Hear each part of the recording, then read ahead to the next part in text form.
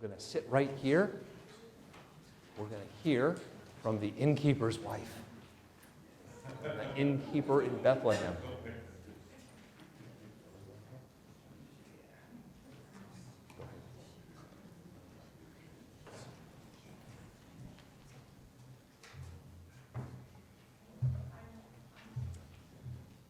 I'm Tamar, wife of Abram.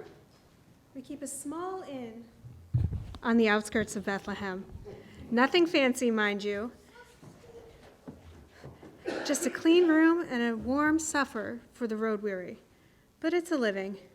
We have a dozen sheep as well. My son, Itzhak, spends his days in the fields with them, sometimes nights too. He sleeps with the sheep. He's a good boy. And we have 2 cows, a few chickens, and a horse.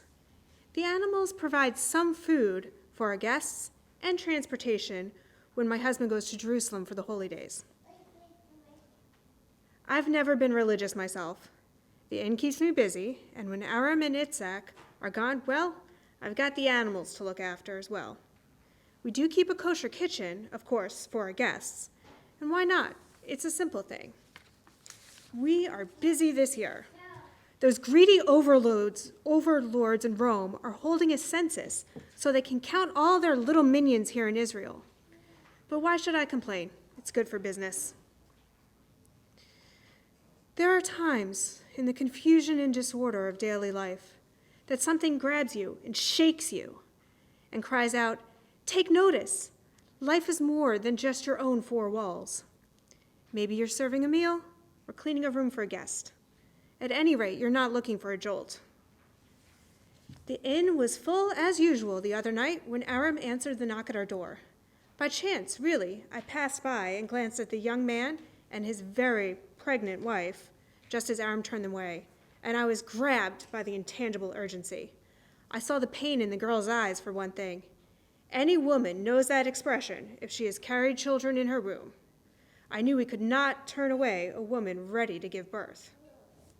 But where could she go? We were more than full. We'd even given up our own beds to weary travelers. Every inn in Bethlehem would be the same. Well, you just don't turn people away like that. As Aram closed the door, I caught his sleeve and said, "What about the stable, Aram? Couldn't they stay there? She needs shelter, and she needs it now." As he opened the door to catch them, I hurried to ready a lamp and find some clothes, blankets, anything she might use to swaddle the baby that would soon be born. I've never midwifed before that night, and I didn't do much then. But a woman needs another woman close at those times. So I stayed, made her comfortable, and helped deliver her son. The birth of a child is always a precious moment, but there was magic in our stable that evening. The smile of the new mother as she nursed her child brought tears to my eyes. I found myself washed over by a sensation too powerful to contain. It was as if the mystery of God's love for this world, for Bethlehem, for this mother, this child, and even me, consumed all of us inside that little building.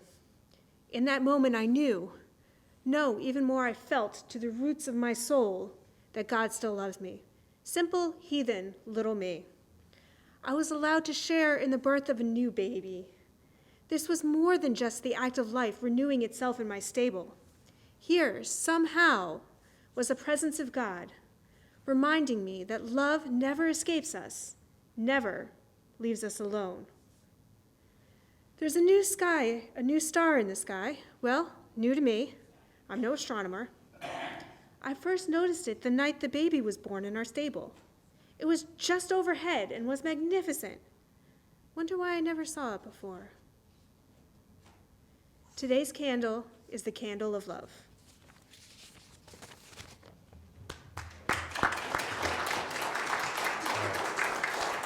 Let's stand and we're going to say a prayer.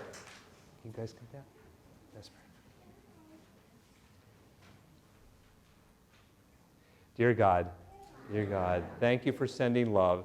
Thank you for sending love into our lives. No matter what happens, help us always to feel your love among us, and to share it with others. Amen. Thank you. you guys very much.